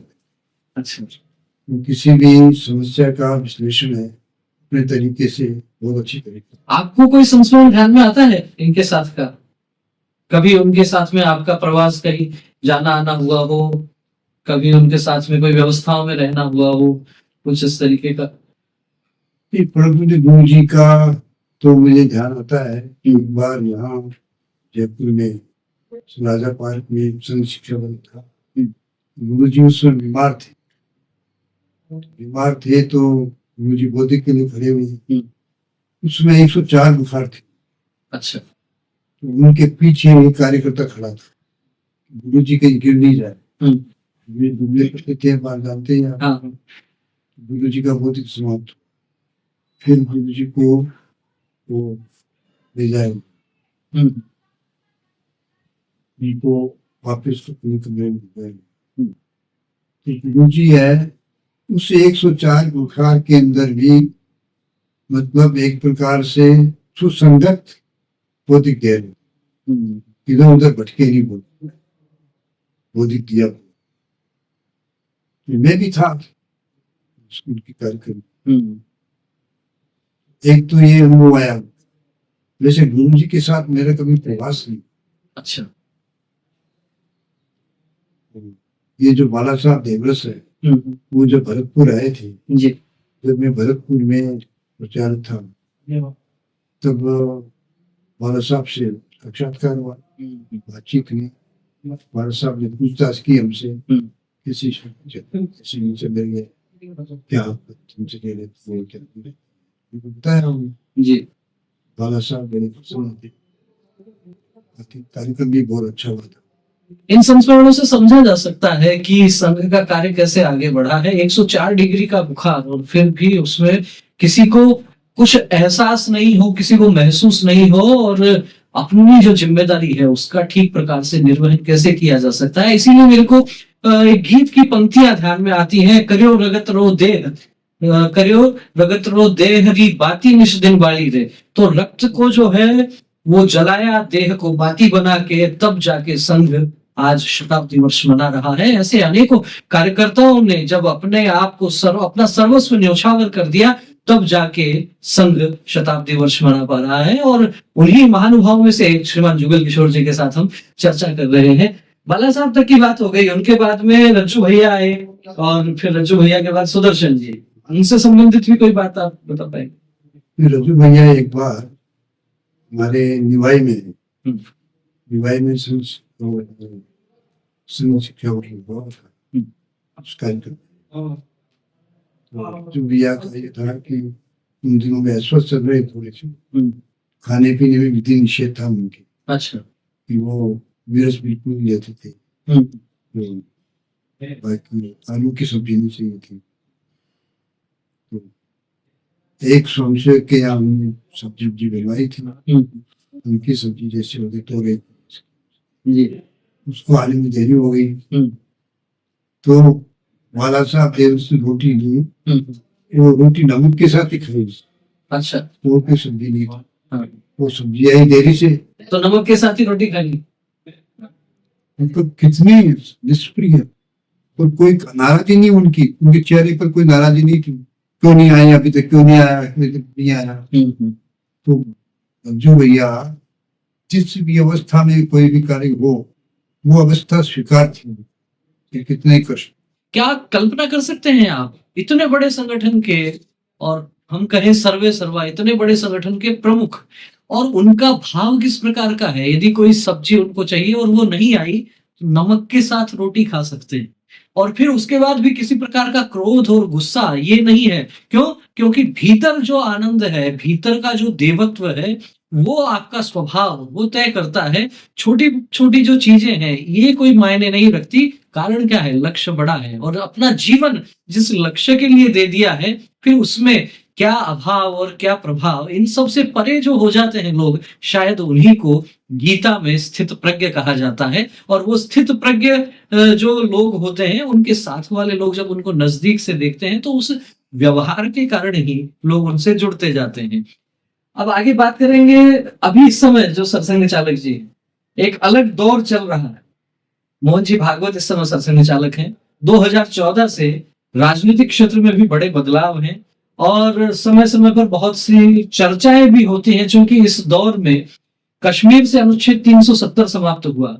इस दौर में अयोध्या में भव्य राम मंदिर का निर्माण हुआ, और उसके बाद जब ये बयान आता है कि अब हिंदुओं को हर एक मस्जिद के नीचे मंदिर ढूंढने से बचना चाहिए, ऐसे में विश्व हिंदू परिषद का कार्यकर्ता क्या सोचता है? देखो, उन्होंने यही जो बात कही वो इसलिए कही है कि हम घर वापसी कर रहे हैं। घर वापसी कर रहे हैं तो हमको ऐसा कुछ नहीं करना चाहिए जिससे मुसलमान हरा देते, इसलिए उन्होंने ये शब्द कहे। अच्छा। लेकिन जो तथ्यात्मक बात है, जो कोर्ट में अदालत में केस चल रहा है उसका, और उसके तथ्य है, उसके सारे सबूत है उसके ऐसा, तो उसके नाते तो जो हक है, अधिकार, वो तो लेगा हिंदू समाज। तो ये हम नहीं कर रहे जी। आज मथुरा का केस है, विश्व हिंदू परिषद नहीं लड़ रहा। विश्व हिंदू परिषद ने कोई कार्यक्रम नहीं किया, क्योंकि हिंदू समाज लड़ रहा है। हिंदू समाज काशी और काशी विश्वनाथ का मंदिर के लिए वो प्रयास कर रहा है। तो हिंदू समाज को किसने रोका है? हिंदू समाज में हम तो फल लगा सकते हैं। हम तो संघ के बारे में कह रहे हैं, संघ के काउंसिल में नहीं। लेकिन दूसरी तरफ से बात ये भी तो समझ में आती है ना कि कई पदाधिकारी, कई संघ के ज्येष्ठ अधिकारी ये कह चुके हैं कि संघ कुछ नहीं करेगा और स्वयंसेवक कुछ नहीं छोड़ेगा। तो क्या इस बात को उससे जोड़ा जा सकता है? संघ के स्वयंसेवक किसी भी काम को नहीं छोड़ेंगे। जो राष्ट्रीय कार्य कब छोड़ेंगे? राष्ट्रीय कार्य जो राष्ट्र हित के लिए आवश्यक, उस कार्य को कोई स्वयंसेवक नहीं छोड़ेगा, वो सब काम करेगा। इसलिए तो हम काम कर रहे हैं विश्व हिंदू परिषद के माध्यम से और के माध्यम से। संघ तो अपना व्यक्ति निर्माण का कार्य करे, शाखाएं व्यक्ति निर्माण का कार्य करेंगे, वो कर रही है। व्यक्ति निर्माण हो रहा है, तो व्यक्ति निर्माण कर किसी के लिए है? राष्ट्र हित के लिए कर रहे हैं। तो राष्ट्र की समस्याओं को हल करने के लिए कर रहे हैं जी। इसीलिए तो व्यक्ति निर्माण है। व्यक्ति निर्माण का पुतला थोड़ी खड़ा करना है हमको। बड़ी महत्वपूर्ण बात कही है। संघ को बहुत से लोग ये कहते हैं कि एक प्रकार से संघ जो है वो ट्रांसफार्मर है, वहां ऊर्जा का उत्पादन होता है। रोज संघ की 1 घंटे की जो शाखा है उससे व्यक्तित्व निर्माण होता है, कार्यकर्ता का निर्माण होता है, और फिर वो कार्यकर्ता समाज जीवन के अलग अलग क्षेत्रों में, चाहे जो उसको काम दे दिया जाए, चाहे मजदूरों के बीच में काम करना हो, चाहे विद्यार्थियों के बीच काम करना हो, चाहे साधु संतों के बीच काम करना हो, जहां स्वयंसेवक है वहां स्वयं सेवकत्व दिखेगा, और वही संघ का प्रकटीकरण भी उस प्रकार से होगा। फिर से कुछ व्यक्तिगत प्रश्नों पर आएंगे। आपके जीवन में सर्वाधिक प्रभाव जिन प्रचारकों का रहा, ऐसे कुछ 2-3 नाम आपको ध्यान में आते हैं कि एक प्रकार से जो युवावस्था में आप थे और उस समय बहुत से सांसारिक आकर्षण भी दिखते हैं, लेकिन मन में एक ध्येय होता है, उस ध्येय को आगे ले जाने वाले कुछ कार्यकर्ता होते हैं, कुछ प्रचारक होते हैं। तो उस समय के कुछ नाम से ध्यान में आते हैं जिनका आपके जीवन पर प्रभाव पड़ा? जैसे परमेश्वरी दत्त शर्मा प्रचारक थे, बाद में प्रचारक नहीं रहे। कहाँ, कौन से क्षेत्र में थे? प्रचारक थे भरतपुर में थे। भरतपुर में उनके साथ कई चीजें सीखी, कई चीजें सीखी, बोलना, शिष्टाचार। माननीय सोहन सिंह जी, जो प्रांत प्रचारक रहे हाँ। इनसे काफी अनुशासन इसी का व्यवस्थाएं इसी के कारण कुछ व्यवस्थाएं कैसे स्वयंसेवक से व्यवहार करना चाहिए, उनसे बहुत कुछ सीखा। माननीय ब्रह्मदेव जी थे पहले, उनसे सीखा ब्रह्म से प्रेम है, स्नेह है, आत्मीयता के साथ ये सीखा। वो मार्मिक भाषण करते थे, मार्मिक बोलते थे, उनसे सीखा। अभी आपकी आयु जो है वो 80 वर्ष की आयु हो गई, उतनी सक्रियता तो नहीं रह पाती होगी, लेकिन दिनचर्या क्या रहती है? बहुत से कार्यकर्ताओं के, स्वयंसेवकों के मन में ये भाव रहता होगा कि वरिष्ठ प्रचारक जब हो जाते हैं, बहुत ज्यादा प्रवास नहीं कर पाते, तो फिर 24 घंटे की जो दिनचर्या है वो कैसी रहती है? कितनी बजे सोते हैं सामान्यतः रात्रि में? इस संघ का प्रचार जी जब तक वो जीवित है, जब तक सांसें चल रही है, जी, तब तक वो राष्ट्र के लिए कुछ न कुछ कार्य करता रहे। निश्चित रूप से। वो स्थिति हमारी है। हम राष्ट्र कार्य नहीं करेंगे तो बेचैन हो जाएंगे या हम जिंदे नहीं रहेंगे। राष्ट्र कार्य तो चाहिए। बस तरीका बदल जाता होगा थोड़ा, पहले जितने प्रवास नहीं हो पाते। प्रवास नहीं होता। मैंने एक साहित्य कर लिया, घर घर साहित्य पहुंचा, गीता प्लीज जी, उसमें 40,000 पुस्तकें हमने घरों में 40,000 पुस्तकें अलग अलग घरों में पहुंचा दी हैं। बड़ा अद्भुत काम है। एक तो ये। दूसरा हमने गीता में पहुंचाया, अच्छा, भगवद गीता को लगभग 200 भगवद गीता पहुंचाई, बड़ी ये जैसे रामसिंह दास जी महाराज की 1300 हाँ, वो साहित्य का प्रचार प्रसार किया। अच्छा, कुछ मैंने पुस्तकें स्वयं ली, 10-12 पुस्तक, वो उसमें 10-12 लाख रुपए लिए, वो भी समाज के संयोजन से किया। अच्छा, किस विषय पर लिखी पुस्तकें अब आपने? तक करता रहा हूँ मैं, तो करता रहा। देखो भगवान राम पर अच्छा, मेरा पुरुषोत्तम राम है, भयंकर दशरथ, हम्म, फिर लिखी तपोनिष्ठ भरत, फिर लिखी वीर लक्ष्मण, अच्छा, फिर लिखी जगजननी सीता माता, फिर लिखी हनुमान जी का, रामायण के पात्रों पर है ज्यादा। हनुमान जी के। तो आपको 1-2 पुस्तकें दे सकता हूँ, मेरे को ज्यादा पुस्तकें जी हाँ, ये वीडियो पूरा करने के बाद में हम वो पुस्तकें भी देखेंगे। तो, मैं जानना ये चाह रहा था, सुबह कितनी बजे उठना होता है अभी? सुबह में 3 बजे उठता हूँ। अभी 3 बजे उठते हैं? आजकल तो 3:30 बजे उठते हैं। अच्छा, मेरे अभी अस्वस्थ हो गया ना मैं, मेरे वायरल हो गया जी, मेरे साइड हो गया, से चलने में आयु के कारण खैर बीमारियां होती हैं कोई, तो भी 3:30 बजे उठ जाते हैं सुबह? 3:30 बजे इतनी जल्दी उठ के क्या करते हैं फिर?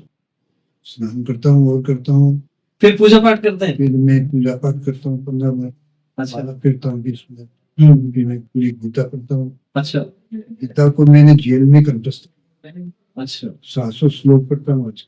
रोज पढ़ते हैं 700 श्लोक? पूरी कितना समय लग जाता होगा? उसमें लगता है 35-40 मिनट। 35-40 मिनट में पूरी गीता हो जाती है? मैं हिंदी नहीं पढ़ता उसका। हाँ, वो तो अर्थ ध्यान में हो ही गया होगा। पढ़ता हूँ 700 श्लोक। हमने गीता गोष्ठी कर रखी है। अच्छा, साप्ताहिक, उसमें 15 एक दिन आते हैं जी, गीता पर विचार करते हैं, गीता गोष्ठी। तो ये सब जो है पूजा पाठ स्नान ध्यान करके, और मेरे को लगता है 5:30 बजे तक तो फ्री हो जाते हैं। 6 बजे 6 बजे तक? 6 बजे मैं जाता हूँ नीचे। नीचे एकात्म स्तोत्र होता है जी, संध्या की प्रार्थना होती है। हाँ। फिर अभी मैं अस्वस्थ हो गया, नहीं तो मैं शाखा में जाता हूँ। हाँ। शाखा से 8, 8:30 बजे 9 बजे यहाँ आते हैं। फिर दिन में कार्यकर्ता आते होंगे, मिलने जुलने उनसे? कार्यकर्ता आते हैं, मिलने जुलने वाले। मैं साहित्य भी पढ़ता रहता हूँ, ये भिन्न प्रकार की पुस्तकें वगैरह सब। तो दिन भर फिर व्यस्तता रहती है, अलग अलग कार्यकर्ता आते हैं मिलने जुलने?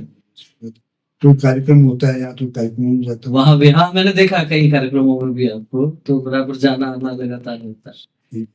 अब चूंकि आपके साथ चर्चा तो बहुत कई घंटों तक हो सकती है, इतना आपका अनुभव है, लेकिन समय की भी अपनी मर्यादा है, आपको भी ज्यादा परेशान नहीं करेंगे। अब हम चाहेंगे कि संघ का जो शताब्दी वर्ष चल रहा है, उसमें नए कार्यकर्ता जो जुड़ रहे हैं, नई पीढ़ी जो संघ से जुड़ रही है, आपके समय में कहेंगे या अभी 15 वर्ष पहले तक, 10 वर्ष पहले तक तो संघ की शाखा से ही जुड़ते थे सब। आजकल तो मोबाइल में भी कुछ टूल ऐसे आ गए हैं जिसमें ज्वाइन आरएसएस के माध्यम से भी नए जो टेक्नोक्रेट हैं, तकनीकी ज्ञान रखने वाले लोग हैं, वो भी संघ की शाखा से जुड़ रहे हैं उस टेक्नोलॉजी के माध्यम से। तो ऐसे जो नए लोग जुड़ रहे हैं उनको क्या कहना चाहेंगे आप? 2 लाख नए लोग जुड़े जी, वो राष्ट्रीय स्वयं संघ के बारे में जानकारी चाहिए। क्या है राष्ट्रीय संघ? संघ की चर्चा हो रही है, उनको मालूम नहीं कि संघ क्या है, इसलिए फिर वो शाखा में आते हैं, शाखा में कुछ रहते हैं, कुछ दिन संघ को समझने का प्रयत्न करते हैं, पूरे में जुड़ जाते हैं जी। अभी ये विजयादशमी से संघ का शताब्दी वर्ष चल रहा है, तो हमारे यही जयपुर में ही जो विजयादशमी का उत्सव मनाते हैं, तो इस बार बस्तियों के अनुसार मना 300 बस्तियां, 251 बस्तियों में कुछ कार्यक्रम 58,000 लोग आए। अच्छा, कुल आंकड़ा पूरा है आपके पास भी? जी, तो आंकड़ा तो आ जाता है, लोग बता देते हैं। 291 बस्तियों में कार्यक्रम हुआ, 58,000 लोग उस कार्यक्रमों में आए। कि नए लोगों को गणवेश से बनी है। ये गए थे फुलेरा, हमारे विजयदत्त जी, फुलेरा में 450 स्वयंसेवक गणवेशधारी उन्होंने पथ संचलन किया। मतलब इतिहास में पहली बार इतने स्वयंसेवक जो स्वयंसेवक, तो उसके बाद में 100 लोग और अन्य थे, 550 संख्या थी। विजयवाड़ी आप जाइए वहाँ इसमें मुंडीपुरा में, विजयवाड़ी में 600 संख्या है, एक बस्ती। आपका भी कुछ कार्यक्रमों में हुआ जाना? मेरा भी जाना हुआ। आनंद आया देख के आनंद आया। में आपके शोक बिहार में 70 संख्या थी। जी। अच्छा, एक अलग तरह का प्रश्न करना चाहूंगा, बातों में मेरे को ध्यान में आ गया। संघ में वैसे तो जिसके पास जो जिम्मेदारी होती है उस जिम्मेदारी का सम्मान भी होता है, लेकिन फिर भी आयु के आधार पर भी एक अनुभव होता है, सारी चीजें होती हैं। आप राजस्थान में इस समय जो मेरे को लगता है जो गिने चुने 75 वर्ष से अधिक के आयु के जो प्रचारक है, उस श्रेणी में आप भी आते हैं। नए जो कार्यकर्ता हैं, जो प्रचारक हैं या गृहस्थी कार्यकर्ता हैं, उनसे मिलना जुलना होता है, उनकी सार संभाल होती है, उनको कुछ सुझाव देना होता है तो कह देते हैं,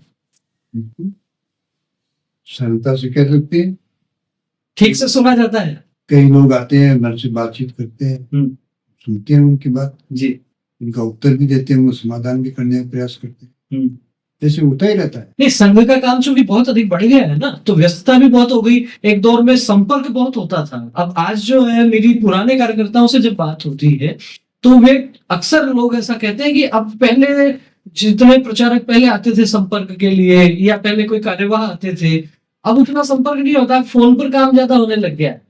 तो नई विधि आई है ना, ये पर नई विधि थी नहीं।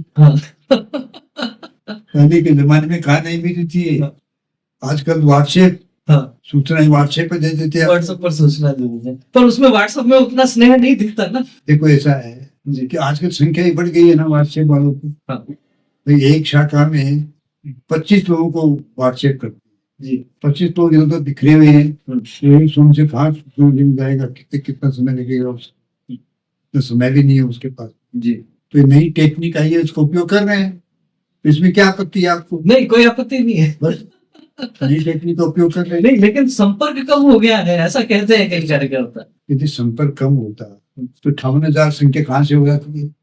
संपर्क से तो ये बड़ी बात कहती, देख लीजिए जुगल किशोर जी ने, इसे कहते हैं संघ की सकारात्मकता। जो लोग ये कहते हैं कि संपर्क कम हो गया है, इनका कहना है कि संपर्क कम हो गया तो 58,000 की संख्या आखिर कैसे हो जाएगी? बड़ी महत्वपूर्ण बात है, इसलिए केवल एक पक्ष मत देखिए, पक्ष दूसरा भी है। और हम लोग तो अक्सर कहते हैं ना कि दोनों ओर लिखा हो भारत सिक्का वही उछाला जाए। तो सकारात्मकता के साथ आप चीजों को लेंगे तो आनंदित रहेंगे, और यदि मन में किसी प्रकार की कुंठा रखेंगे तो सिवाय कष्ट के कुछ नहीं है। संगठन का काम सकारात्मकता से आगे बढ़ता है, अच्छी चीजें देखते जाइए, अच्छी चीजें ग्रहण करते जाइए। कहीं कुछ 19-20 लगता है तो उचित स्थान पर उसकी चर्चा करके उसका निराकरण का प्रयास भी किया जा सकता है, और सामाजिक संगठन इसी प्रकार से आगे बढ़ते हैं। मोदी सरकार को लेकर बहुत से लोगों के मन में ये भाव थे कि अटल जी की जब सरकार बनी थी तो लोग सोचते थे कि पूर्ण बहुमत नहीं है, पूर्ण बहुमत आ गया, राम मंदिर बन गया, 370 में हट गई। अब आगे आप क्या देखते हैं? कोई मन की कोई ऐसी इच्छा है, यदि मोदी जी से मिलना हो या वहां तक संदेश पहुंचाना हो कि ये एक काम और हमारे मन का है, ये जल्दी से जल्दी हो जाए? देखिए, वैसे तो 4-5 काम, एक तो गो हत्या बंदी पूरी होनी चाहिए। अच्छा, दूसरा है कि मंदिरों को सरकारी नियंत्रण से मुक्त करना चाहिए।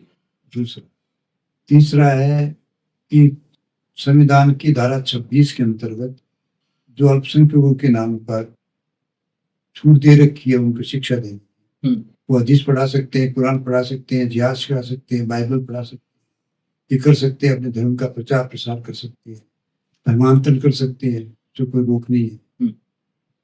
लेकिन हिंदुओं को कोई छूट ही नहीं।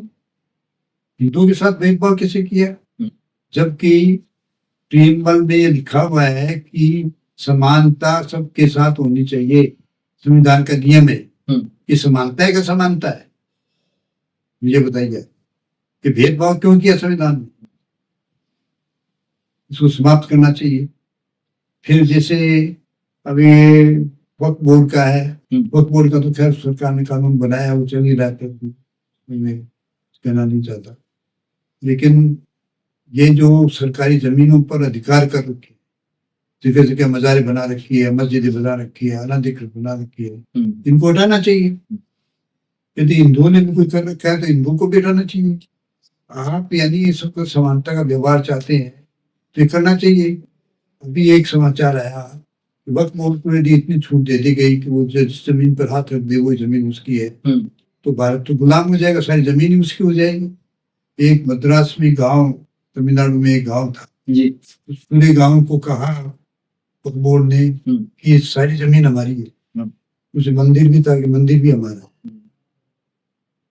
कोई मुसलमानों के जमाने में कोई वो गांव मुस्लिम क्षेत्र में हुआ रहता हो तो इसको क्या क्यों कहते हैं मुसलमानों के गांव है, जबकि रहते हिंदू है वहाँ जी, 90% हिंदू है वहाँ, 10% मुसलमान होंगे, वो हिंदुओं का मंदिर है पुराना। ठीक इसी प्रकार की स्थिति मैंने देखी रामगढ़ में, अलवर जिले में जो रामगढ़ है, वहां उपचुनाव में सर्वे के लिए गया तो एक गांव में ये पता लगा कि उस गांव में केवल 1 या 2 घर थे मुस्लिम समाज के, और कब्रिस्तान के लिए कई एकड़ जमीन जो है और वहां वो अलॉट कर रखी थी, उसको लेकर बाद में खैर विवाद भी हुए। तो कुल मिला के आप चाहते हैं कि ये जो भेदभाव है अल्पसंख्यक के नाम पर, ये समाप्त होना चाहिए। और कुछ संदेश देना चाहेंगे दर्शकों को, फिर कार्यक्रम को विराम देंगे। मोदी जी को मैं यही देना चाहूंगा कि जो बहुमत आया है और जो 2029 में चुनाव हुई लोकसभा, तब ये भारत को विश्व गुरु बनाने का सपना है, ये हमको साकार करना। अब बढ़ भी रहा है, भारत का प्रभाव भी बढ़ रहा है जी, आप भी देख रहे हैं कि ट्रम्प है उनकी खा रहा है जगह जगह, तो आप देख रहे हैं ये कि भारत का प्रभाव बढ़ रहा है। तो भारत विश्व गुरु स्थान प्राप्त करे और मानवता का कल्याण करे, ये हमारी इच्छा है। तो भारत अखंड बने, पीओके भारत का अंग बने, पीओके जो है वो अखंड भारत का हिस्सा बने, अखंड भारत बने और साथ ही साथ भारत विश्व गुरु बने। लेकिन केवल विश्व गुरु बने ये भाव नहीं है, विश्व गुरु इसलिए बने जिससे जगत का कल्याण हो सके। सर्वे भवन्तु सुखिनः की जो बात होती है वही बात आगे जाती है वसुधैव कुटुंबकम तक, और साथ ही साथ जो हमारे यहाँ मंदिरों में सदियों से जो उद्घोष होते आए हैं, प्राणियों का कल्याण हो, विश्व का कल्याण हो, प्राणियों में सद्भावना हो, इसी विचार को जीते हैं संघ के प्रचारक, इसी विचार को जीते हैं संघ के कार्यकर्ता। और आपने इस 1 घंटे के एपिसोड में निश्चित रूप से इन सब बातों को भी देख लिया होगा कि हमें न पद की चाह है, न प्रतिष्ठा की, न इस विश्व पर राज करने की चाह है तो केवल और केवल सर्वे भवन्तु सुखिनः की। और उसका रास्ता हिंदुत्व से होकर जाता है, उसका रास्ता हिंदू समाज के संगठन से होकर जाता है। क्या कहना है आपका इस एपिसोड पर, इस चर्चा पर? बहुत ज्वलंत विषय भी इसमें आए हैं। इंडोनेशिया हिंदू राष्ट्र बनने वाला है ऐसी भविष्यवाणी भी हुई है, तमाम तरह की चर्चा इसमें हुई है। आपको एपिसोड कैसा लगा कमेंट करके अवश्य अवगत करवाएं। आपने इतना समय दिया हमारे को, बहुत बहुत धन्यवाद। आशीर्वाद आप बनाए रखिए। दर्शकों से कहना चाहेंगे वीडियो अच्छा लगा हो तो इसे लाइक करें, अधिक से अधिक लोगों तक शेयर करें, और चैनल को सब्सक्राइब नहीं किया है तो सब्सक्राइब का बटन भी दबा दें। फिर मिलेंगे एक और नई शख्सियत के साथ, एक और ऐसे व्यक्तित्व के साथ जिनके पसीने से बढ़ा है संघ, जिनके संघर्षों से संघ मना रहा है शताब्दी। बने रहिए हमारे साथ। बहुत बहुत धन्यवाद। नमस्कार।